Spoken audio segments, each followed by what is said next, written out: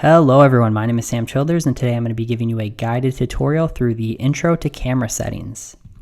The camera that I'm currently shooting on is the Canon SL3 or the Canon 250D.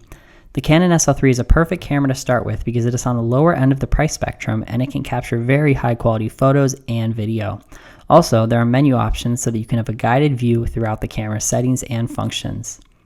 The SL3 has a 24 megapixel sensor for photography, so to put that in perspective, phone cameras are usually around 12 megapixels, so we're getting double the quality. And it can shoot video at 1080p at 60 frames per second or 4K at 24 frames per second. Note that when you are shooting 4K, there's a 1.7 times crop on every lens you use. For the day shots, the lens I used was the Canon 18 to 55mm lens. This is a kit lens, meaning it came with the camera. This lens has a focal length ranging from 18mm all the way up to 55mm. Also, the low end of the aperture ranges from f3.5 to f5.6, while the high end of the aperture is f22 to f38, which we'll dive into later. On the top right, you can see a picture of the lens fully extended, and on the bottom right, that's it at 18mm. Now let's jump into exposure. Throughout the exposure shots that I took, the ISO was set to 400, shutter speed to 1/125, aperture at f5.6, and the focal length of the lens was 41mm. Exposure controls the amount of light that reaches the sensor in the camera. It controls how bright or dark your images appear. A lower exposure lets less light in, causing the image to appear darker, while a higher exposure lets more light in, causing the image to appear brighter. If your image is overexposed, it will look like the third image on this slide. Having an overexposed image is the worst situation to be in because you cannot bring back the details in Photoshop, while with an underexposed image you can. So on the bottom left, we have the exposure set to -7, which is too dark, and this image is underexposed. And then on the bottom right, we have the exposure set to +7, and this image is overexposed. Now let's jump into shutter speed. When you click the shutter button to take a picture on a DSLR camera, the shutter opens so that light can come in and hit the sensor. The amount of time that the shutter stays open before closing is called the shutter speed. Shutter speed is written as a number or a fraction. For example, 1/125 would be 1/125 of a second, and 1 would be 1 second, which is the amount of time the shutter remains open. Some cameras have a bulb option under shutter speed, which means the shutter will stay open for as long as you have the shutter button held down for. To sum shutter speed up, higher shutter speeds appear to freeze time, best for pictures of water and fast-moving objects, and the first use of shutter speed is creating motion blur, while the second use is letting more light in for brighter or higher quality nighttime photos. On the left, we have a picture where the shutter speed is set to 1/6 seconds, and you can see that the water is there's more motion blur in the water, and on the right, it's set to 1/125, and the water appears more frozen. Now let's move to the next ones. Here's 1/800 where the water appears more frozen than 1/125. And lastly, we have 1/3200, which appears to freeze water completely. It looks like it's frozen in time.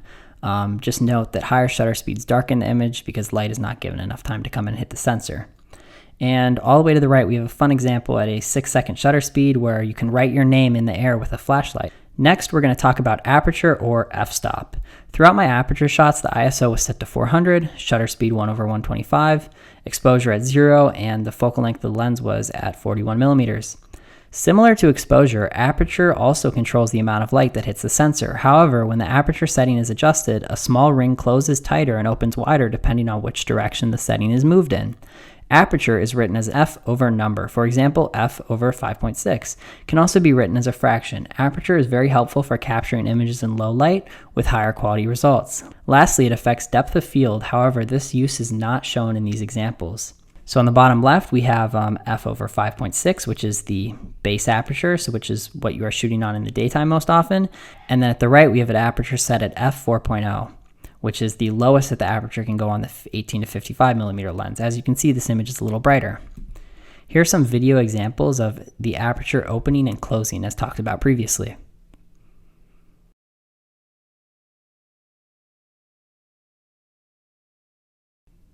So the aperture is a physical component inside the lens, and the aperture ranges vary depending on the lens. The image on the left is shot at f11, which would be used for very bright situations. As you can see, it darkens the image. While the image on the right is shot at f22, which is the maximum for the 18 to 55mm lens. As you can see, this image is very dark. Now let's move into ISO. Throughout the ISO shots, the exposure was set to 0, shutter speed 1/125, aperture at f5.6, and the focal length of the lens was set at 41 millimeters. Like exposure and aperture, ISO is the third setting that adjusts the brightness of an image. ISO adjusts the camera's sensitivity to light and is written or displayed as a number. For example, ISO can be written as 125 or 1600. Adjusting the camera's sensitivity to light causes the image to appear darker or brighter. While changing this setting can brighten images, you typically want a lower ISO when shooting, so there is less noise or loss of quality in the image. When exposure, aperture, and ISO are combined, you can achieve very high quality low light photos. So the image on the left is set to 125, which is the base ISO, which is what you are shooting on most often in daytime scenarios, and the image on the right is set to 400, which, as you can see, brightens the whites in the image more. Here we have an example where the ISO is set to 1600, which is very blown out. And then to the right, we have the ISO set to 25,600, and this image is completely blown out and all the details are gone. You could not recover this image. Finally, let's talk about white balance. White balance adjusts how warm or cold your pictures appear.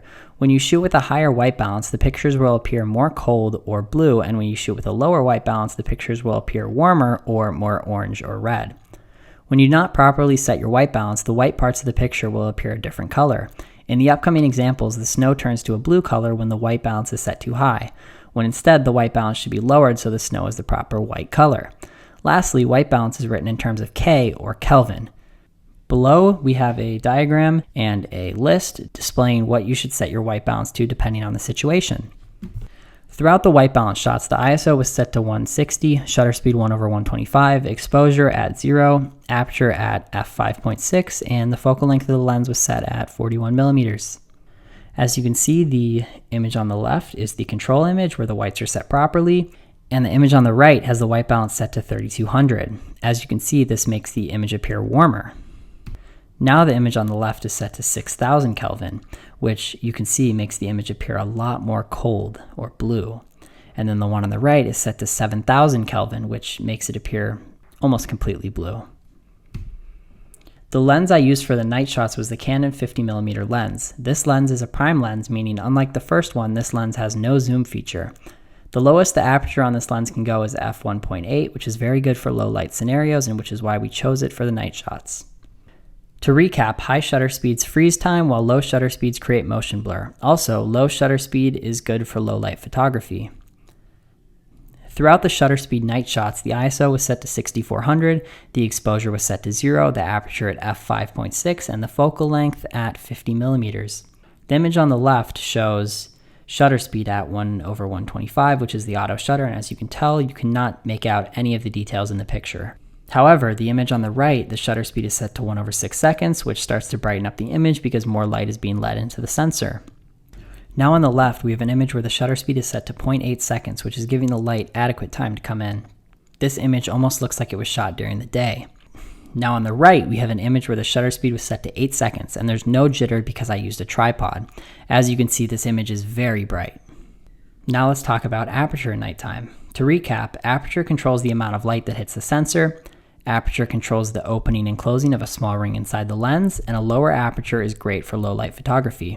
On the left, we have an image where the aperture is set to f5.6, which is auto, and as you can see, you can't see anything in the image. And then to the right, we have it set to f1.8, which you can start to make out details. Finally, let's talk about ISO. To recap, ISO is the third brightness setting.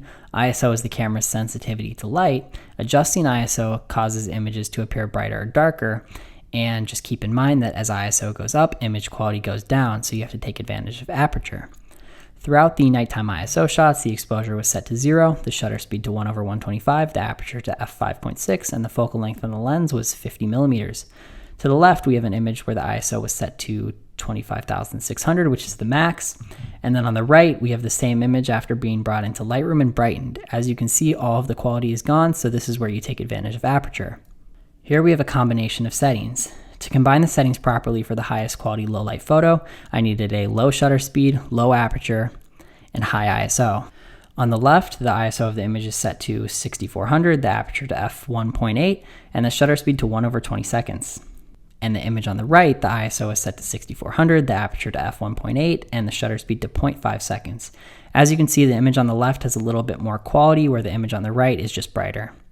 Here's a guided example of me going through Lightroom's features. As you can see, you can change light settings, for example, exposure, which we talked about earlier, contrast, highlights, shadows, whites, blacks.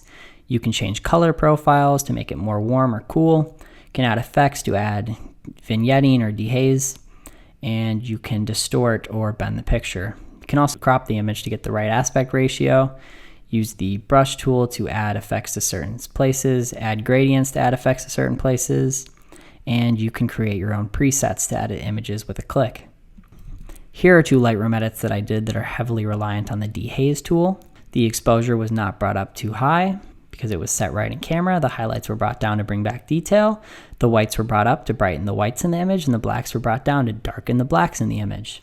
Also, the vibrance and the saturation was brought up to bring more colors into the image. Finally, I used the selector tool to completely dehaze certain parts of the image, which is why the skies look so colorful. In this edit, I really brought down the highlights and made the image a little warmer to give it that fall look. As you can see, the image on the left is the original, and the image on the right is after the edits. The image on the right looks warmer and more of a fall vibe. In these 2 images, I just wanted to bring out the greens in the grass on the left one and the blue in the sky on the right one. So to do this on both of them, I brought my highlights down and my shadows up. Also, I added a little bit of contrast. Thank you so much for taking time to listen to my tutorial. I hope you all learned something and have a great day.